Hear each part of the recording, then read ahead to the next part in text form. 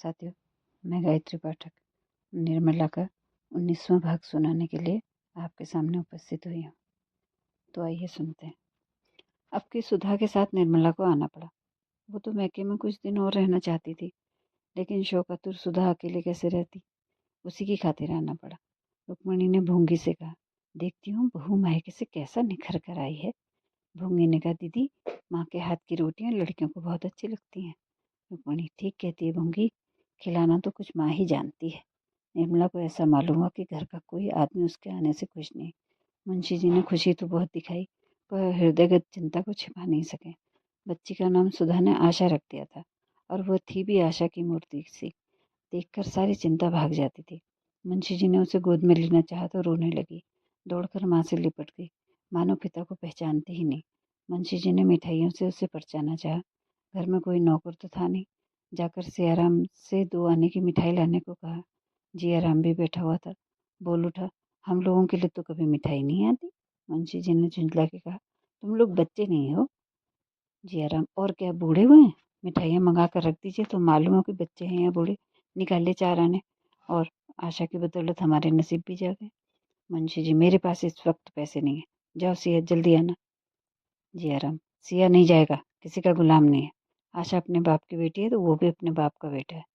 मुंशी जी, क्या फिजूल की बातें करते हो? नन्ही सी बच्ची की बराबरी करते तुम्हें शर्म नहीं आती? जाओ सियाराम, ये पैसे ले लो। जयराम, मत जाना सिया, तुम किसी के नौकर नहीं हो। सियाराम बड़ी दुविधा में पड़ गया, किसका कहना माने।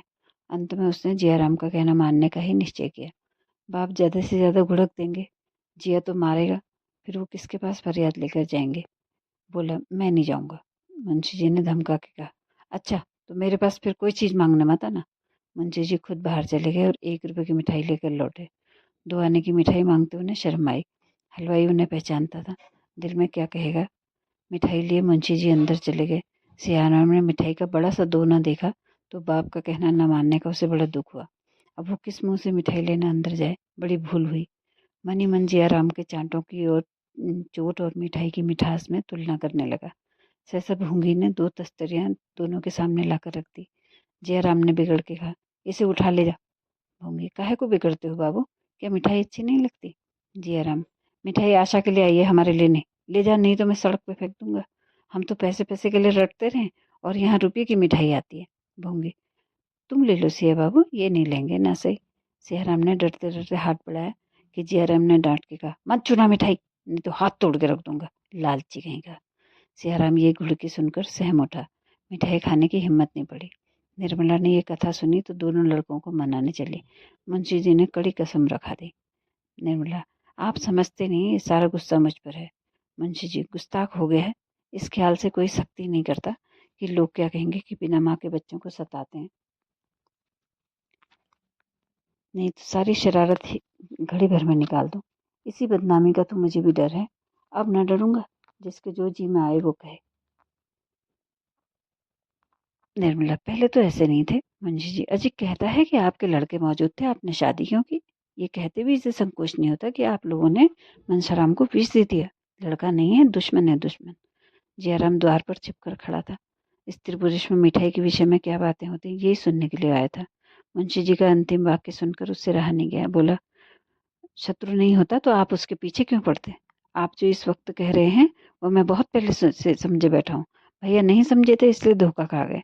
हमारे साथ आपकी दाल नहीं गलेगी। सारा जमाना कह रहा है कि भाई साहब को जहर दिया गया है। मैं कहता हूँ तो आपको गुस्सा आता है। निर्मला तो सन्नाटे में आ गई। मालूम हुआ किसी ने उसकी देह पर अंगारे डाल दिए। मुंशी जी ने डांट कर जयराम को चुप कराना चाहा, पर सियाराम निशंक खड़ा ईंटों का जवाब पत्थर से देता रहा। यहाँ तक कि निर्मला को भी उस पर क्रोध आ गया। ये कल का छोकरा किसी काम का ना काज का यूं खड़ा टहरा रहा है, जैसे घर भर का पालन पोषण यही करता हो। त्योरियां चढ़ाकर बोली, बस बहुत हुआ जयराम, मालूम हो गया तुम बड़े लायक हो, बाहर जाकर बैठो। मुंशी जी अब तक कुछ दब दब कर बोलते रहे। निर्मला की शैपाई तो दिल बढ़ गया। दांत पीसकर लपके और इससे पहले कि निर्मला उनके हाथ पकड़ सके, एक थप्पड़ चला ही दिया। थप्पड़ निर्मला के मुंह पे पड़ा। वही सामने पड़ी थी। माथा चकरा गया। मुंशी जी के सूखे हुए हाथों में भी इतनी शक्ति है, इसका वो अनुमान नहीं कर सकती थी। सिर पकड़कर बैठ गई। मुंशी जी का क्रोध और भी भड़क उठा। फिर घुंसा चल रहा है, पर अब की जयराम ने उनका हाथ पकड़ लिया और पीछे धकेल कर बोला, दूर से बात कीजिए, क्यों नाहक अपनी बेइज्जती करवाते हैं। अम्मा जी का लिहाज कर रहा हूँ, नहीं तो दिखा देता। ये कहकर वो बाहर चला गया। मुंशी जी संज्ञा शून्य से खड़े रहे। इस वक्त अगर जियाराम पर देवी वज्र गिर पड़ता तो शायद उन्हें हार्दिक आनंद होता। जिस पुत्र को कभी गोद में लेकर निहाल हो जाते थे, उसी के प्रति आज भांति भांति की दुष्कल्पनाएं मन में आ रही थी। रुक्मणी अब तक तो अपनी कोठरी में थी, अब आकर बोली, बेटा जब अपने बराबर हो जाए तो उस पर हाथ नहीं छोड़ना चाहिए।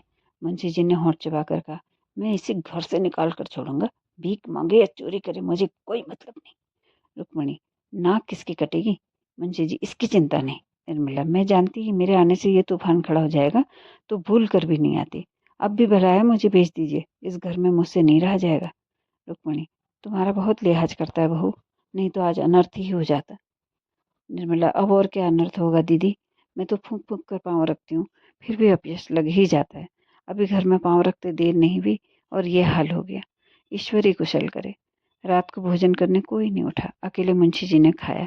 निर्मला को आज नई चिंता हो गई, जीवन कैसे पार लगेगा। अपना ही पेट होता तो विशेष चिंता नहीं थी, अब तो ये विपत्ति नई गले पड़ गई है। वो सोच रही थी, बच्चे के भाग में क्या लिखा है भगवान। तो ये थी 19वें भाग की कहानी। कैसी लगी जरूर बताइएगा। नमस्कार।